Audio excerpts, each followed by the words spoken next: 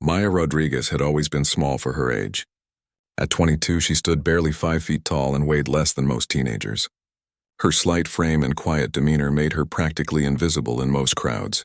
She worked the night shift at a downtown diner, serving coffee to taxi drivers and hospital workers who needed a warm meal during the lonely hours between midnight and dawn. The diner sat on the corner of 5th and Main, a place where the city's forgotten people gathered. Maya had been working there for 3 years, ever since she aged out of the foster care system. She lived in a tiny studio apartment above a laundromat, where the constant hum of washing machines helped drown out the noise of her troubled thoughts. Nobody knew about Maya's past. She never talked about the group homes, the failed adoptions, or the years spent bouncing between families who saw her as nothing more than a monthly check from the state. She certainly never mentioned the reason she ended up in foster care in the first place. The night when she was 7 years old and everything changed forever. That night had started like any other. Maya's parents were arguing again, their voices echoing through the thin walls of their small house. Her father had been drinking, which meant her mother would spend the evening walking on eggshells trying not to set him off. Maya had learned to hide in her bedroom during these fights, covering her head with her pillow and pretending she was somewhere else. But this night was different. The arguing grew louder, more violent. She heard something crash, followed by her mother's scream. Then came the sound she would never forget, a single gunshot that seemed to shake the entire house. Maya had crept to her bedroom door and peered through the crack. She saw her father standing over her mother's still body, the gun still smoking in his hand. What happened next was a blur that Maya could never fully remember. The police said she had somehow overpowered her father, a man who weighed twice as much as she did. They found him unconscious on the kitchen floor with a broken arm and 3 cracked ribs. 7-year-old Maya was sitting calmly beside her mother's body, covered in blood but completely unharmed. The doctors couldn't explain how such a small child could cause that kind of damage to a grown man. They ran tests, looking for signs of abuse or trauma that might have triggered some kind of superhuman strength. But they found nothing unusual. Maya's father claimed he couldn't remember what happened after the gunshot. He went to prison for murder, and Maya went into the system. Over the years, Maya learned to hide what she could do. There had been incidents. A foster father who tried to hurt her and ended up with a dislocated shoulder. A group home bully who pushed her down the stairs and somehow ended up in the hospital with internal injuries. Each time, Maya played dumb, acting confused and scared like any normal victim would. She discovered that her strength only appeared when she was in real danger, or when someone she cared about was threatened. It wasn't something she could control or summon at will. Most of the time, she was just a regular person, weak, vulnerable, easily overlooked. But when that switch flipped in her mind, when her body sensed genuine threat, something extraordinary happened. Maya had spent 15 years perfecting the art of being invisible. She kept her head down, avoided confrontation, and never stayed in one place long enough for people to get too curious about her. The diner job was perfect, because most customers were too tired or too focused on their own problems to pay attention to the quiet waitress who refilled their coffee cups. Her boss, Tony, was a gruff man in his 60s who ran the diner with his wife, Maria. They were kind to Maya, treating her more like family than an employee. They never asked too many questions about her past, and they always made sure she had enough shifts to pay her rent. Maria would pack extra food for Maya to take home, claiming the kitchen had made too much and it would just go to waste. Maya's routine was simple and predictable. She worked from 11 at night until 7 in the morning, went home to sleep until late afternoon, then spent her evenings reading books from the public library or taking long walks through the quieter parts of the city. She had no friends, no romantic relationships, no social media presence. She existed in the spaces between other people's lives. The customers who came to the diner during her shift were mostly regulars. There was Frank, an elderly taxi driver who always ordered the same breakfast special. There was Dr. Sarah Kim, a young resident at the nearby hospital who survived on coffee and determination. There were the construction workers who came in before their early morning shifts, the security guards finishing their rounds, and the occasional drunk looking for a place to sober up. Maya knew all their usual orders by heart. She moved through her work with quiet efficiency, invisible and forgettable. She liked it that way. Being noticed meant questions, and questions led to complications she couldn't afford. But Maya's carefully constructed invisible life was about to be shattered. She didn't know it yet, but 3 blocks away from the diner, a situation was developing that would thrust her into the spotlight she had spent years avoiding. A young woman named Jessica was walking home from her job at a downtown law firm, taking a shortcut through an alley she had used hundreds of times before. Jessica had no idea that she was being followed. The man behind her had been watching her routine for weeks, learning her schedule, waiting for the perfect opportunity. He was patient, calculating, and dangerous. He had done this before, and he had never been caught. As Jessica turned into the narrow alley between 2 office buildings, the man quickened his pace. He pulled a knife from his jacket and closed the distance between them. Jessica heard footsteps behind her and started to turn, but it was too late. The man grabbed her arm and pressed the knife against her throat. Jessica's scream echoed off the brick walls of the alley, carrying through the quiet night air. 3 blocks away, Maya was wiping down tables in the empty diner when she heard it. The sound made her freeze, her cloth still in her hand. She knew that scream. The terror, the desperation, the knowledge that death was approaching. Maya looked around the diner. Tony was in the back office doing paperwork. Maria had gone home hours ago. The few customers they had were focused on their food and phones. Nobody else seemed to have heard anything. Maya set down her cloth and walked to the front window, staring out into the darkness. She couldn't see anything unusual from where she stood, but something deep inside her was stirring. The same instinct that had saved her life multiple times was awakening, responding to danger she couldn't even see. Maya felt her heart begin to race, felt the familiar tingling in her hands that meant her body was preparing for something extraordinary. She didn't know it yet, but in less than an hour, her entire world would change forever.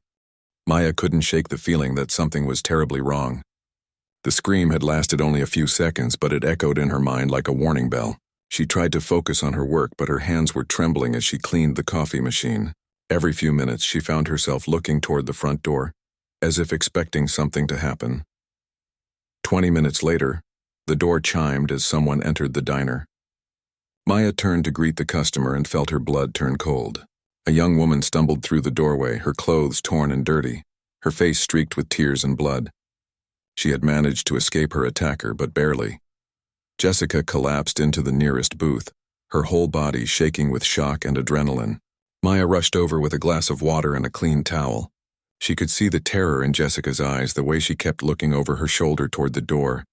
"Please," Jessica whispered, her voice barely audible. "He's still out there. He said he would find me. He said he wasn't finished." Maya felt something cold settle in her stomach. She had seen this before. Predators who hunted for sport, who enjoyed the fear as much as the violence. These weren't random crimes of opportunity. They were calculated, methodical, and the attackers rarely stopped after one attempt. "Did you call the police?" Maya asked gently, sitting across from Jessica in the booth. Jessica shook her head. "My phone. He broke it when I tried to call for help. I ran until I found this place." She looked around the diner with frightened eyes. "Is there a phone I can use?" Maya pointed to the payphone near the restrooms, but something made her hesitate. She had learned not to trust the system, not to believe that calling for help would actually bring safety. Too many times in her childhood, the authorities had failed to protect the people who needed it most. "Stay here," Maya said. "I'll call for you." She walked to the phone and dialed 911, giving the operator the location and a brief description of what had happened. The dispatcher promised that officers would be there within 10 minutes. Maya hung up and returned to Jessica, but she could see that 10 minutes might be too long. Through the large front window, Maya spotted a figure standing across the street under a broken streetlight. Even in the dim light, she could see he was watching the diner. He was tall and thick, wearing dark clothes that helped him blend into the shadows, but Maya could feel his attention like a weight pressing against the glass. "He's out there," Jessica whispered, following Maya's gaze. "That's him. Oh God, he found me." Maya felt her body begin to change. It was subtle at first, a slight increase in her heart rate, a sharpening of her senses. The world around her seemed to become more vivid, colors more intense, sounds more clear. Her muscles felt different, as if they were waking up from a long sleep. "Tony," Maya called toward the back office. "We need you up front." Tony emerged from the office, took one look at Jessica's condition and the figure across the street, and immediately understood the situation. He was a veteran who had served 3 tours overseas. He knew danger when he saw it. "Get away from the windows," Tony said quietly. He reached under the cash register and pulled out a baseball bat. "I'll handle this." But Maya could see what Tony couldn't. The man across the street wasn't alone. 2 more figures had appeared from the alley beside the diner, moving with the coordinated precision of a pack. This wasn't just one predator, it was an organized group. The first man started walking toward the diner, his hands in his pockets, trying to look casual. But Maya could see the tension in his shoulders, the way he kept his head down to avoid the security camera above the door. His companions were moving to flank the building, cutting off potential escape routes. "There are 3 of them," Maya said quietly. "They're surrounding us." Tony looked out the window again and cursed under his breath. He grabbed the phone to call 911 again, but the line was dead. One of the attackers had cut the phone lines. Jessica was hyperventilating now, her face pale with terror. "They do this," she gasped. "They hunt in groups. I heard them talking about other women other times. This isn't their first time?" Maya felt something inside her snap into place like a switch being thrown. The familiar sensation spread through her body, muscles suddenly dense with power, reflexes enhanced beyond normal human limits. Awareness expanded to take in every detail of their surroundings. She stood up slowly, her small frame still looking deceptively fragile. "Tony, take Jessica to the back room and lock the door. Don't come out no matter what you hear." "Maya, you can't face 3 grown men," Tony protested. "We need to wait for the police." "The police won't get here in time," Maya replied. Her voice was calm now, steady in a way that surprised even her. "These men have done this before. They know how to avoid getting caught. If we wait, Jessica won't be the only victim tonight." The first attacker reached the door and tried the handle. When he found it unlocked, he smiled and pushed it open. The door chime sounded cheerful and innocent, a stark contrast to the violence that was about to unfold.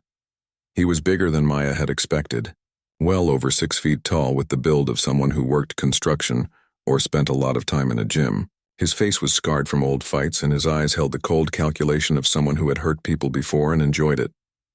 "Evening, folks," he said, his voice artificially friendly. "Beautiful night, isn't it? I'm looking for a young lady who might have wandered in here.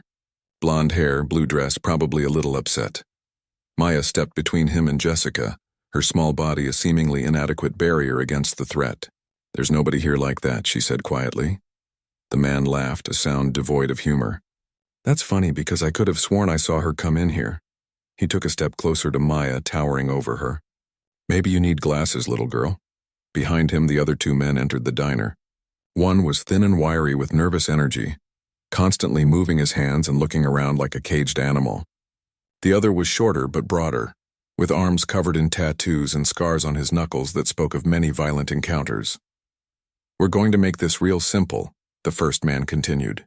"You're going to hand over our friend in the blue dress, and then we're going to walk out of here like nothing happened.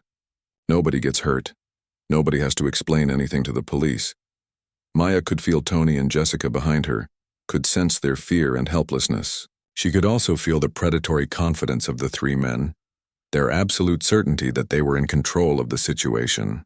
They had done this many times before. They knew how scared people reacted, how quickly normal citizens backed down when faced with real violence. But Maya wasn't normal, and she wasn't going to back down. "I said there's nobody here," Maya repeated, her voice still quiet but carrying an edge that made the first attacker pause. He studied her more carefully, taking in her small size, her simple uniform, her unremarkable appearance. What he saw was exactly what Maya had spent years cultivating, the image of someone completely harmless, someone who could be dismissed without a second thought. "You know what?" the man said, reaching into his jacket. "I think you're lying to me, and I really don't like liars." The knife appeared in the man's hand like magic, its blade catching the fluorescent light of the diner. Maya had seen that particular model before, a tactical knife designed for quick, silent kills. These weren't street criminals looking for easy money. They were something much more dangerous. "Last chance, sweetheart," the man said, pressing the tip of the knife against Maya's throat. "Where is she?" Maya felt the cold steel against her skin, and something deep inside her mind clicked into place. It was like a door opening in her consciousness, releasing something that had been carefully locked away. The world around her suddenly moved in slow motion, every detail crystal clear. She could see the confidence in the attacker's eyes, the way his two companions had positioned themselves to block the exits. She could hear Jessica's terrified breathing from behind the counter where Tony had pulled her. She could smell the coffee brewing in the machine, the cleaning solution she had been using on the tables, the metallic scent of the knife. Most importantly, she could feel her body transforming. Her muscles were becoming dense with power that defied every law of physics. Her bones felt like they were made of steel. Her reflexes were operating at superhuman speed. "You made a mistake coming here," Maya said quietly. The man laughed. "What's a little girl like you going to do to stop us?" Maya's hand moved faster than the human eye could follow. She grabbed the man's wrist and squeezed. The sound of bones breaking echoed through the diner like gunshots. The knife clattered to the floor as the man screamed, staring in shock at his mangled hand. The other two attackers moved immediately, but they might as well have been standing still. Maya ducked under the thin man's reaching arms and drove her fist into his solar plexus. He folded over like a broken doll and crashed into a table, sending plates and glasses flying. The third man pulled out a gun, but Maya was already moving. She covered the distance between them in a single leap that carried her completely over the counter. Her foot connected with his chest and sent him flying backward through the front window. Glass exploded outward as his body hit the sidewalk and rolled into the street. The entire fight had lasted less than 10 seconds. Maya stood in the wreckage of the diner, breathing hard. The first attacker was on his knees, cradling his broken wrist and staring at her with a mixture of pain and terror. The thin man was unconscious, crumpled among the broken dishes. The third was somewhere on the street outside, probably rethinking his life choices. "How did you do that?" Jessica whispered from behind the counter. Maya turned toward her and Jessica gasped. Something in Maya's eyes had changed. They were still brown, still kind, but there was something else there now. Something powerful and dangerous that hadn't been there before. "I don't know," Maya said. And it was the truth. She never understood where the strength came from or how it worked. She only knew that when people she cared about were in danger, her body became capable of impossible things. Tony emerged from behind the counter, still holding his baseball bat, but looking like he wouldn't know what to do with it. He stared at the broken window, the unconscious attacker, the man still whimpering on the floor. "Maya," he said slowly, "what exactly are you?" Before Maya could answer, they heard sirens in the distance. The police were finally arriving, but the immediate danger was over.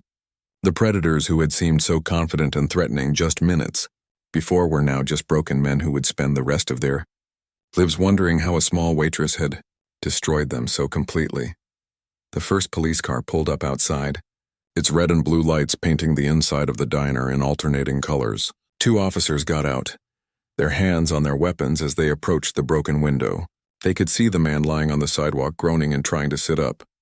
"This is Officer Martinez," one of them called through the broken window. "Is everyone okay in there?" Tony looked at Maya, who nodded. "We're fine," Tony called back. "The bad guys are the ones who need medical attention." More police cars arrived, followed by an ambulance and a fire truck. Soon the entire block was lit up with emergency vehicles. Paramedics rushed to treat the injured attackers while police officers began taking statements from witnesses. Maya found herself sitting in a booth, facing Detective Sarah Chen, a woman in her 40s with intelligent eyes and graying hair. Detective Chen had seen a lot of unusual cases during her 20 years on the force, but this one was already shaping up to be something special. "So let me get this straight," Detective Chen said, looking at her notes. 3 armed men entered this diner to kidnap Jessica Martinez. You, a waitress who weighs maybe 100 pounds, single-handedly defeated all 3 of them in less than 10 seconds. Maya nodded. "That's what happened. The man with the broken wrist claims you crushed his bones just by squeezing. The second man has internal injuries consistent with being hit by a car. The third man went through a plate glass window and landed 15 feet away on the sidewalk. They were threatening an innocent woman," Maya said simply. "I couldn't let that happen." Detective Chen studied Maya's face, looking for any sign of deception or mental instability. What she saw was a young woman who seemed genuinely confused by all the attention. Someone who had done what she thought was right and couldn't understand why everyone was making such a big deal about it. "Maya," Detective Chen said gently, "normal people can't do what you did tonight. The kind of force required to cause those injuries. It's not humanly possible." Maya met her eyes steadily. "I'm not normal." Outside the diner, news vans were already arriving. Someone had called the media about the unusual assault case, and reporters were setting up cameras and interviewing witnesses. Maya could see them through the broken window, preparing to broadcast her story to the world. Her carefully constructed, invisible life was about to disappear forever. Detective Chen's radio crackled to life. "Detective Chen, we've got a problem. The 3 suspects aren't just random criminals. They're connected to at least 6 other kidnapping cases in the tri-state area. This was a coordinated hunting operation." Maya felt a chill run down her spine. Jessica had been right. These men were serial predators, and if they hadn't been stopped tonight, they would have continued hunting until someone else died. "There's something else," the voice on the radio continued. "We found video equipment in their van. They were recording their attacks. We're looking at dozens of victims over the past 2 years." Detective Chen looked at Maya with new respect. "You didn't just save Jessica tonight. You stopped something much bigger." But Maya wasn't thinking about being a hero. She was thinking about the cameras outside, the reporters who would want to interview her, the questions that would inevitably lead to investigations into her past. Soon people would start looking into the quiet waitress who could break bones with her bare hands. They would find the foster care records, the unexplained incidents, the 7-year-old girl who had somehow overpowered a grown man. They would want to study her, test her, understand how she did what she did. Maya looked out at the crowd gathering on the street and realized that her old life was over. Tomorrow, everyone would know her name, her face, her impossible strength. She could never again blend into the background, never again be invisible. The question was, what would she do with the attention she had never wanted? By morning, Maya's face was on every news channel in the country. The security camera footage from the diner had been leaked, and the world watched in amazement as a small waitress destroyed 3 dangerous criminals with impossible ease. The video went viral within hours, accumulating millions of views and spawning countless theories about what they had witnessed. Maya sat in Detective Chen's office, watching herself on the news while sipping terrible coffee from a paper cup. She hadn't slept, hadn't eaten, and hadn't been allowed to go home. The police needed her statement. The FBI wanted to interview her about the criminal organization she had helped expose, and the media was camping outside her apartment building. "The story is everywhere," Detective Chen said, turning off the television. "Cable news, social media, international outlets. People are calling you everything from a superhero to a government experiment gone wrong." Maya rubbed her temples, feeling a headache building behind her eyes. "I just wanted to help Jessica. I never meant for any of this to happen. The good news is that Jessica is safe and the criminal ring has been completely dismantled. We arrested 12 more people based on evidence from their van. You probably saved dozens of lives. And the bad news?" Detective Chen hesitated. "The bad news is that everyone wants to know how you did it. The Department of Defense has already called asking about you. So has the CDC, the NSA, and 3 different university research departments." Maya felt her stomach drop. This was exactly what she had spent her entire adult life trying to avoid. She had seen enough movies to know what happened to people with unusual abilities who came to the government's attention. They became test subjects, weapons, or prisoners. Sometimes all 3. A knock on the office door interrupted her thoughts. Detective Chen called, "Come in," and a man in an expensive suit entered. He was tall and well-dressed, with silver hair and the confident bearing of someone accustomed to being the most important person in any room. "Detective Chen," the man said, extending his hand. "I'm Agent Harrison from the Department of Homeland Security. I need to speak with Ms. Rodriguez immediately." Maya stood up slowly. "Am I under arrest?" "Not at all," Agent Harrison replied with a smile that didn't reach his eyes. "We just have some questions about your remarkable abilities. For national security purposes, you understand." "I don't have any abilities," Maya said. "I just got lucky," Agent Harrison laughed. "Ms. Rodriguez, we have video evidence of you throwing a 200-pound man through a plate glass window. That's not luck. That's something we need to understand." Detective Chen stepped between them. "Agent Harrison, Ms. Rodriguez has been cooperating fully with our investigation. She's not a suspect in any crime." "Of course not," Agent Harrison agreed. "She's a hero. But heroes with supernatural abilities are a matter of national interest. We need to ensure that these powers can't be weaponized by hostile forces." Maya felt the familiar tingling in her hands that meant her body was responding to a perceived threat. She forced herself to stay calm, knowing that any display of her abilities now would only make things worse. I want a lawyer, Maya said quietly. Agent Harrison's smile faded. That's your right, of course. But I should mention that we've already been in contact with your former foster care supervisors. Very interesting reading your file. Especially the incident when you were 7 years old. Maya's blood ran cold. They had found the records she had hoped were buried forever. Soon they would know everything. Every unexplained incident. Every time her abilities had manifested. Every reason she had for wanting to stay hidden. Detective Chen looked confused. What incident? Ms. Rodriguez here killed her father when she was 7 years old, Agent Harrison said casually. Broke his neck with her bare hands after he murdered her mother. The official report listed it as self-defense, but the medical evidence was inconsistent with normal human capabilities. Maya closed her eyes, feeling 15 years of careful construction crumbling around her. He didn't die, she said quietly. He was injured, but he didn't die. Semantics, Agent Harrison replied. The point is, you've had these abilities your entire life, and you've been hiding them. That raises questions about your intentions, your loyalties, your potential for causing harm. The only people I've ever harmed were trying to hurt innocent people, Maya said, anger creeping into her voice. According to your foster care records, you injured or disabled at least 6 different adults over the years. Care to explain those incidents? Maya stood up abruptly, her chair scraping against the floor. Those men were trying to molest me. The others were abusing younger children in the group homes. I protected myself and others from predators. Agent Harrison consulted his tablet.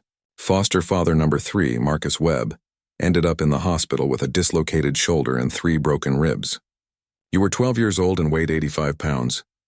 He came into my room at night, Maya said, her voice shaking with old anger. He said if I told anyone, he would hurt the other girls in the house. I made sure he couldn't hurt anyone. Detective Chen was staring at Maya with new understanding. You've been protecting people your whole life, and hiding from people who would want to exploit her abilities, Agent Harrison added. Ms. Rodriguez, you represent a significant national security asset.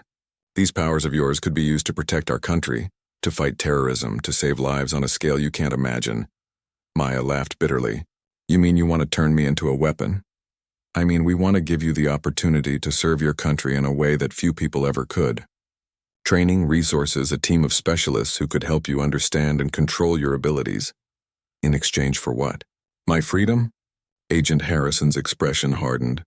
Ms. Rodriguez, individuals with capabilities like yours can't simply be allowed to wander around unsupervised. There are protocols, oversight requirements, national security implications. Maya felt her abilities stirring again, responding to the threat of captivity. The coffee cup in her hand cracked, hot liquid spilling over her fingers. Both Agent Harrison and Detective Chen noticed the small display of power. I'm not going anywhere with you, Maya said firmly. Actually, you are, Agent Harrison replied, pulling out his phone. I've already authorized a federal protective custody order. For your own safety, of course, and for the safety of others. Through the office window, Maya could see black SUVs pulling up outside the police station.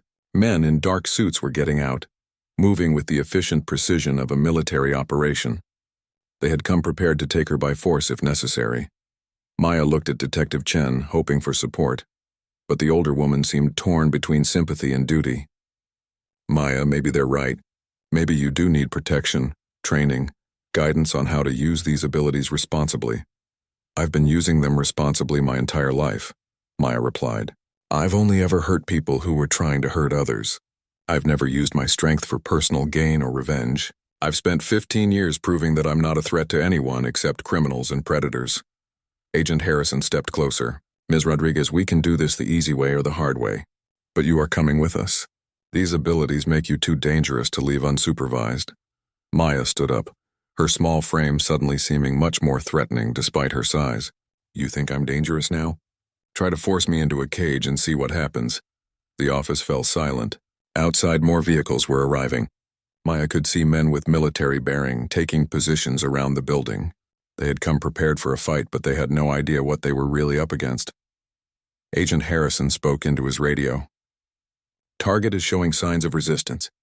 Be ready to implement Protocol 7 if necessary. Maya didn't know what Protocol 7 was, but she could guess. Tranquilizer darts, tasers, overwhelming force designed to subdue her without causing permanent damage. They wanted her alive and functional, not dead. But Maya had spent her entire life learning to disappear when she needed to. She knew every exit in the building, every blind spot in their surveillance, every weakness in their hastily assembled perimeter. "Agent Harrison," she said quietly, "you just made a very big mistake." Maya moved toward the window, and Agent Harrison made the mistake of trying to grab her arm. The moment his hand touched her, she spun around and caught his wrist in an iron grip. He tried to pull away, but it was like trying to escape from a steel vise. "You want to see what I'm capable of?" Maya asked quietly. "You want to understand why you should have left me alone?" Agent Harrison reached for his sidearm with his free hand, but Maya was faster. She twisted his captured wrist just enough to send a wave of pain up his arm that made him gasp and release the weapon. It clattered to the floor beside Detective Chen's desk. "I could break every bone in your body before your backup even makes it to this floor," Maya continued, her voice calm despite the violence of her words. "I could walk through your entire team like they were made of paper. But I won't, because that's not who I am." She released his wrist and stepped back. Agent Harrison stumbled away from her, cradling his arm and staring at her with new respect and fear. "The difference between me and the people you're used to dealing with," Maya said, "is that I choose not to hurt people unless I absolutely have to. But if you try to force me into some government program, if you try to turn me into your weapon, that choice gets a lot harder to make." Agent Harrison spoke into his radio again, his voice shaky. "All units hold position. Repeat, hold position." Detective Chen stood up slowly, her hand resting on her own weapon but not drawing it. "Maya, think about what you're doing. If you run now, you'll be a fugitive. They'll never stop looking for you." "They'll never stop looking for me anyway," Maya replied. "At least this way I get to choose how I live my life." She walked to the window and looked down at the street below. 3 stories down, surrounded by federal agents with military-grade equipment. Any normal person would be trapped, but Maya had stopped being normal a long time ago. "There's another way," Agent Harrison said, his voice more cautious now. "We could work together. You could maintain your freedom while helping us with special cases. Consulting work, not full-time employment." Maya turned back to face him. "You mean I could be your attack dog, called in when you need someone to break things? You could save lives," he insisted. "There are situations where conventional law enforcement isn't enough. Hostage rescues, terrorist threats, situations where someone with your abilities could make the difference between life and death." For a moment, Maya considered it. She thought about Jessica, about how terrified the young woman had been, about the relief in her eyes when the threat was neutralized. Maya had the power to help people in ways that no one else could. Maybe there was a way to do that without losing her freedom. But then she remembered the look in Agent Harrison's eyes when he talked about national security assets. She remembered the black SUVs, the men with guns, the casual assumption that her life belonged to them now. They didn't see her as a person who could help. They saw her as a tool to be used. "I've spent my whole life protecting people," Maya said. "I'll continue doing that, but on my own terms." She picked up Detective Chen's desk chair and hurled it through the window. Glass exploded outward in a shower of sparkling fragments that rained down on the federal agents below.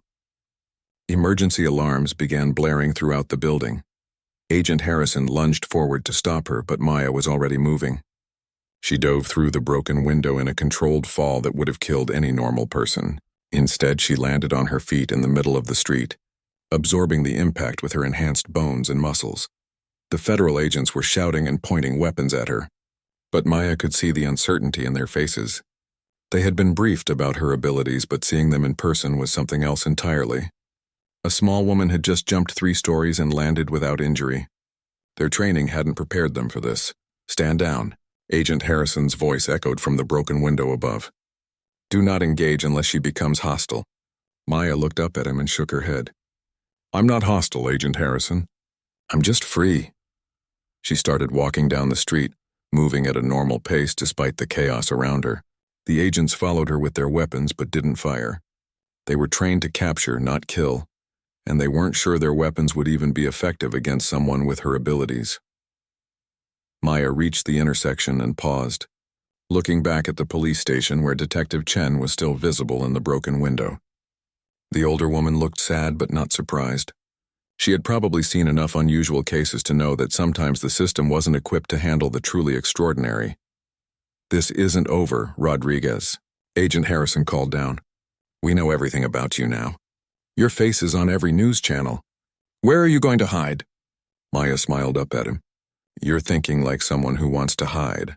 I'm done hiding." She turned the corner and disappeared from their sight, moving through the city with the confidence of someone who knew every alley, every rooftop, every way to move unseen when necessary.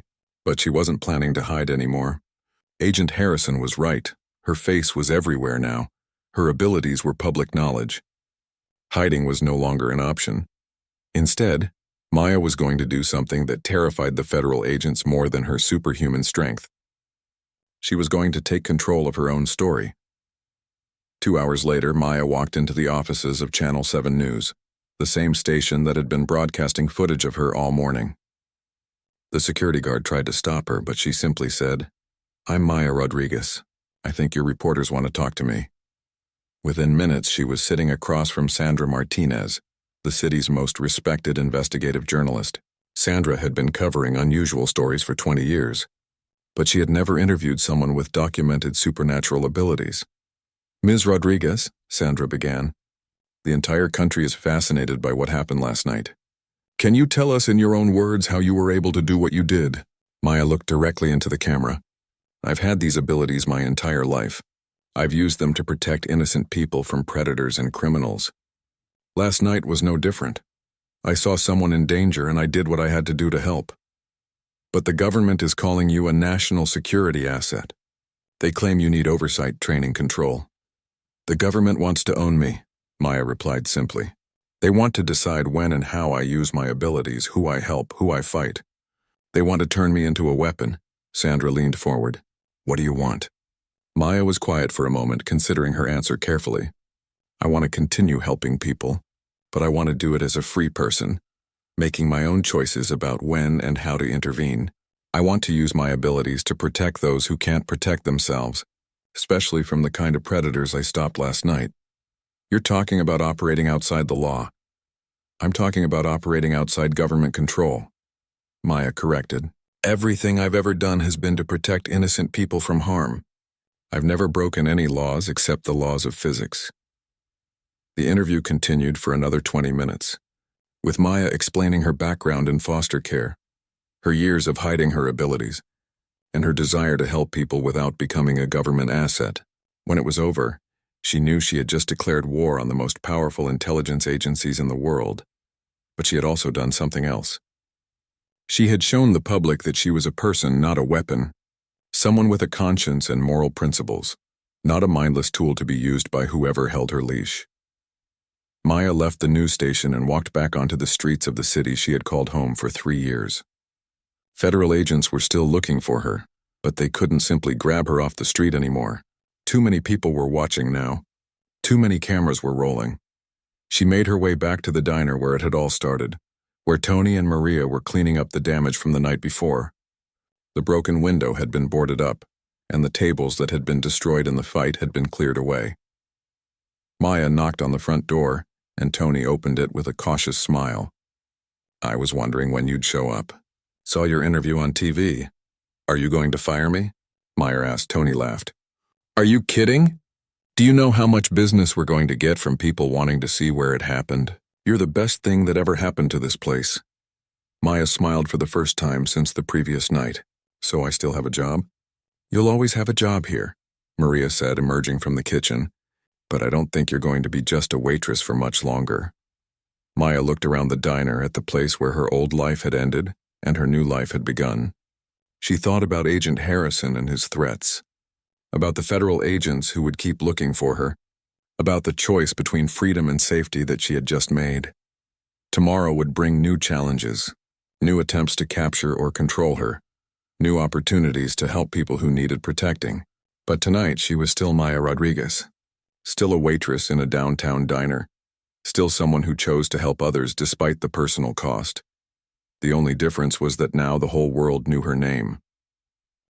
3 weeks after the diner incident, Maya's life had changed in ways she never could have imagined. The interview with Sandra Martinez had been watched by over 50 million people, and the video had been shared countless times across social media. Maya Rodriguez had become a household name, a symbol of individual freedom against government overreach. But fame came with a price. Maya couldn't walk down the street without being recognized, couldn't go to the grocery store without cameras following her. Her small apartment above the laundromat had become a tourist attraction, with people taking selfies outside the building at all hours of the day and night. The federal government had backed off from their direct approach, but Maya knew they were still watching. Agent Harrison had been reassigned after the public relations disaster of trying to forcibly recruit someone who had just saved multiple lives. His replacement, Agent Sarah Kim, was taking a more subtle approach. Maya was working the morning shift at the diner when Agent Kim first approached her. Unlike Harrison, Kim came alone without backup or weapons, wearing casual clothes instead of a government suit. She ordered coffee and waited patiently for the lunch rush to die down before introducing herself. "Ms. Rodriguez," Agent Kim said quietly, "I'd like to talk to you about a proposition that might interest you." Maya refilled Kim's coffee cup and studied the woman's face. Kim was younger than Harrison, maybe early 30s, with intelligent eyes and an earnest demeanor that seemed genuine. "If this is another attempt to recruit me for some government program, you can save your breath," Maya said. "It's not recruitment," Kim replied. "It's a partnership proposal. Independent contractor work, case-by-case basis, with full autonomy over which jobs you accept or decline." Maya sat down across from Kim in the booth. "I'm listening."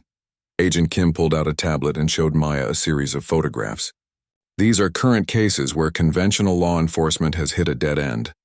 Kidnappings, hostage situations, human trafficking operations, cases where someone with your abilities could make the difference between life and death."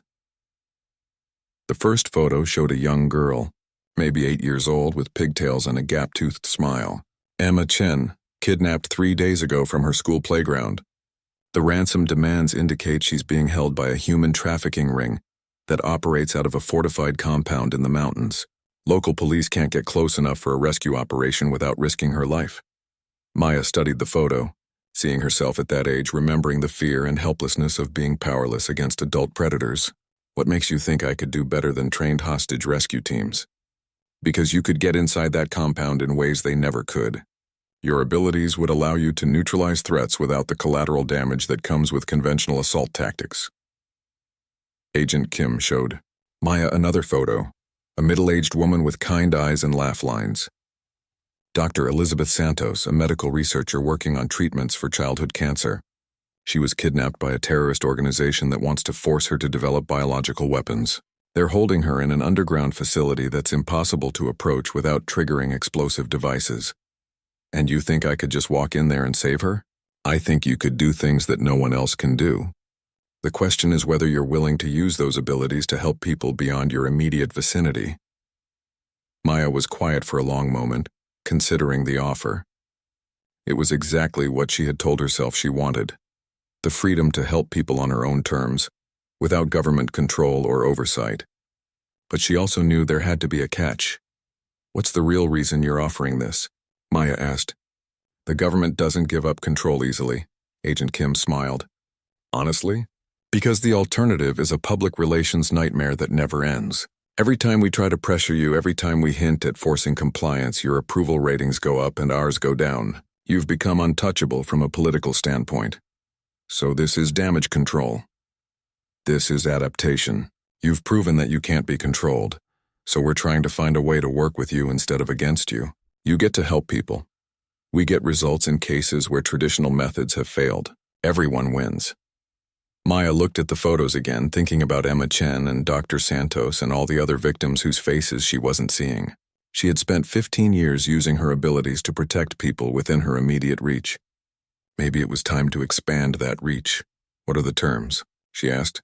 "Complete operational independence. You choose which cases to take, how to approach them, what methods to use. No government oversight, no required reporting, no interference from federal agencies. We provide intelligence and support when requested, but the decisions are entirely yours. And payment? $50,000 per successful resolution, plus expenses. Money deposited into an account of your choosing, no strings attached." Maya raised an eyebrow. "That's a lot of money for consulting work.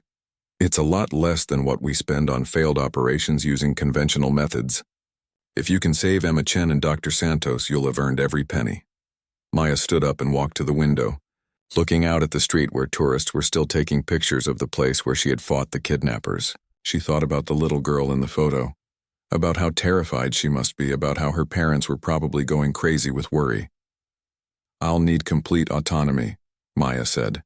"No handlers, no observers, no government agents looking over my shoulder." "Agreed. And if I decide a case is too dangerous or morally questionable, I walk away with no consequences." "Agreed." Maya turned back to face Agent Kim. "What about the media? They follow me everywhere now. We'll provide secure transportation and staging areas. The press doesn't need to know about your extracurricular activities until after the victims are safe." Maya made her decision. "I'll take the Emma Chen case. But I work alone and I do things my way." Agent Kim smiled and extended her hand. "Welcome to the team, Ms. Rodriguez." Maya shook her hand, feeling the weight of the decision she had just made. She was no longer just a waitress who occasionally stopped criminals.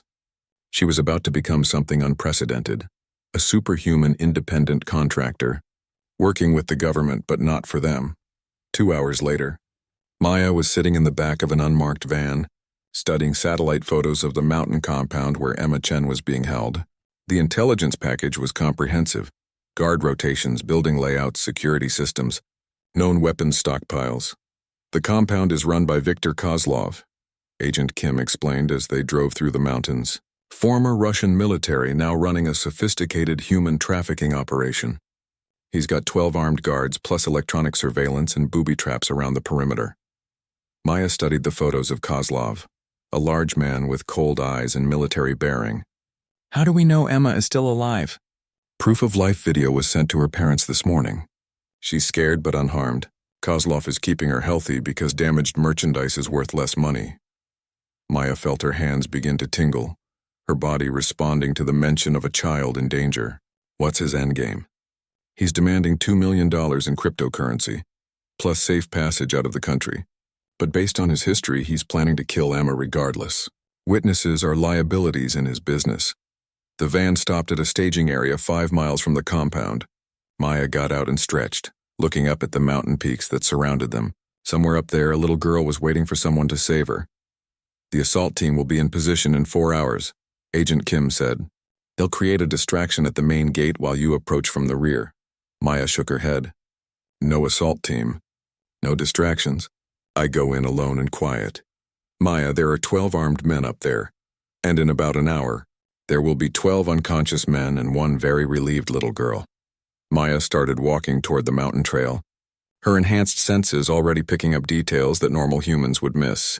She could smell the exhaust from the compound's generators, could hear the faint sound of radio chatter from the guard posts. Behind her, Agent Kim spoke into her radio. "All units stand down. Asset is going in alone." Maya smiled at the word asset. It was better than weapon, she supposed, but it still reduced her to a tool in someone else's hands. The difference was that now she was choosing how that tool would be used. Emma Chen was waiting, and Maya was done being invisible. The compound was more heavily fortified than Maya had expected. As she crept through the darkness toward the perimeter fence, she could see motion sensors, infrared cameras, and what looked like pressure plates buried in the ground. Viktor Kozlov had turned his mountain hideout into a fortress designed to detect and stop any conventional rescue attempt. But Maya wasn't conventional. She studied the fence for several minutes, noting the electrical current running through the wire and the sensors that would trigger if it was cut or climbed. Instead of trying to get through the fence, Maya simply jumped over it in a single leap that carried her 30 feet through the air. She landed silently on the other side, her enhanced muscles absorbing the impact without making a sound. The first guard never saw her coming. He was patrolling the outer perimeter with night vision goggles and an assault rifle, confident that the electronic surveillance would alert him to any intruders. Maya approached from his blind spot and rendered him unconscious with a precise strike to the base of his skull. She caught his falling body and gently lowered him to the ground. Maya moved through the compound like a ghost, using her superhuman speed and strength to neutralize guards before they could raise an alarm. The second guard was taken down while checking his radio. The third was eliminated while he stood at his post, staring out into the darkness and never noticing the shadow that approached from behind. By the time Maya reached the main building, 8 of Kozlov's 12 guards were unconscious and hidden in various locations around the compound. The remaining 4 were inside the building with Kozlov and Emma Chen. Maya found a window on the second floor and peered inside. Through the glass, she could see Emma tied to a chair in what looked like a converted storage room. The little girl was crying quietly, her face streaked with tears and dirt. Standing over her was Viktor Kozlov himself, a massive man who looked even more intimidating in person than he had in the photographs. "Your parents have until midnight to transfer the money," Kozlov was saying in accented English. "After that, I start sending them pieces of you until they pay." Maya felt her abilities surge in response to the threat against the child. Her vision sharpened. Her muscles flooded with power. Her reflexes accelerated beyond human limits. She had never felt this level of enhancement before. Her body was responding to the magnitude of the danger and the innocence of the victim. Maya didn't bother with the window. She simply punched through the brick wall next to it, creating a hole large enough to step through. The sound of crumbling masonry echoed through the building like an explosion. Kozlov spun around, his hand moving toward the pistol at his hip, but Maya was already inside the room. She crossed the distance between them before he could clear leather, her fist connecting with his solar plexus with enough force to lift his feet off the ground. Kozlov flew backward into the far wall, leaving a spiderweb of cracks in the concrete. The 4 remaining guards burst into the room, weapons drawn and ready to fire. Maya moved among them like a whirlwind, too fast for them to track or target. The first guard's rifle was crushed in her hands before he could pull the trigger. The second found himself flying through the doorway into the hallway beyond. The third and fourth tried to tackle her simultaneously, and ended up colliding with each other as Maya simply stepped aside.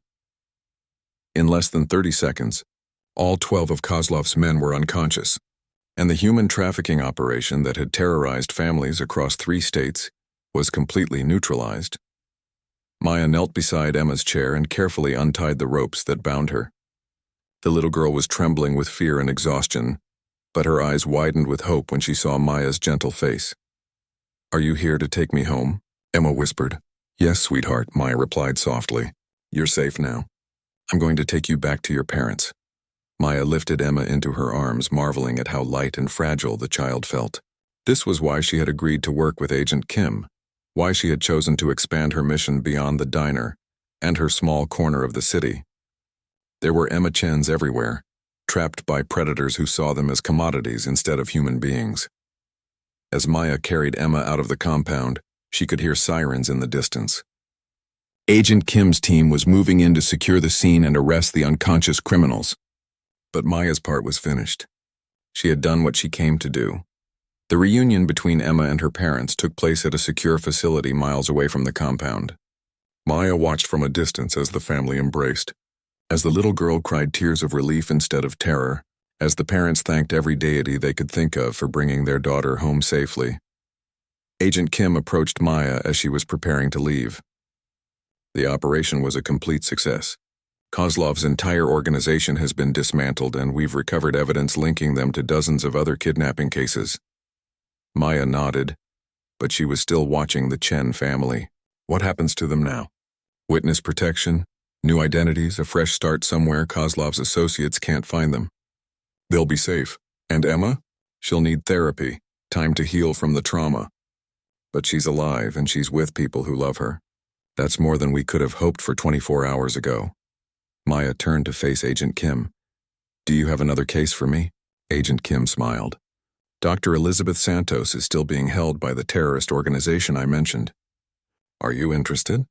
Maya thought about the medical researcher, about the cancer treatments she was working on, about all the children who might live because of her work. "Send me the files." Over the following months, Maya took on case after case, saving lives that conventional law enforcement couldn't reach. She rescued hostages from terrorist cells, broke up human trafficking rings, and stopped criminals who thought themselves untouchable. The media started calling her the Guardian, though Maya preferred to think of herself simply as someone who helped people. Her arrangement with Agent Kim remained unofficial and largely secret. The public knew that Maya Rodriguez occasionally disappeared for days at a time, but they assumed she was taking breaks from the constant media attention. Only a select few knew that she was actually conducting rescue operations that saved dozens of lives. Maya kept her job at the diner, returning to work between missions as if nothing had changed. Tony and Maria never asked where she went during her absences, but they always welcomed her back with warm smiles and the comfort of routine. The diner remained her anchor, the place where she could remember who she was beneath all the extraordinary circumstances. One evening, as Maya was wiping down tables after the dinner rush, she noticed a young woman sitting alone in a corner booth. The woman looked nervous, scared, constantly checking the door as if she expected someone to follow her inside. She reminded Maya of Jessica, the woman whose attack had started everything. Maya approached the table with a coffee pot. "Can I warm that up for you?" The woman looked up with frightened eyes. "Are you really her? The one from the news?" Maya sat down across from her. "I'm Maya Rodriguez, and you look like someone who needs help." The woman started crying. "My name is Sarah. My ex-husband has been stalking me for months. The police say they can't do anything until he actually hurts me. But I know he's planning something. I saw the story about what you did for that kidnapped girl, and I hoped." Maya reached across the table and gently took Sarah's hand. "Tell me everything." As Sarah told her story, the escalating threats, the failed restraining orders, the fear that kept her awake at night, Maya felt the familiar stirring of her abilities. Not the combat enhancement that came with immediate physical danger, but the deeper sense of purpose that had guided her entire life. She had spent years hiding from her nature, then months learning to work within the system. But sitting across from Sarah, Maya realized that her true calling wasn't about government contracts or official operations. It was about being there when ordinary people needed someone extraordinary to stand between them and the darkness. Maya Rodriguez had been thrown away like trash by a system that didn't know what to do with her. But she had chosen to become something that system never expected. Not a weapon or a tool, but a guardian who protected those who couldn't protect themselves. And she was just getting started.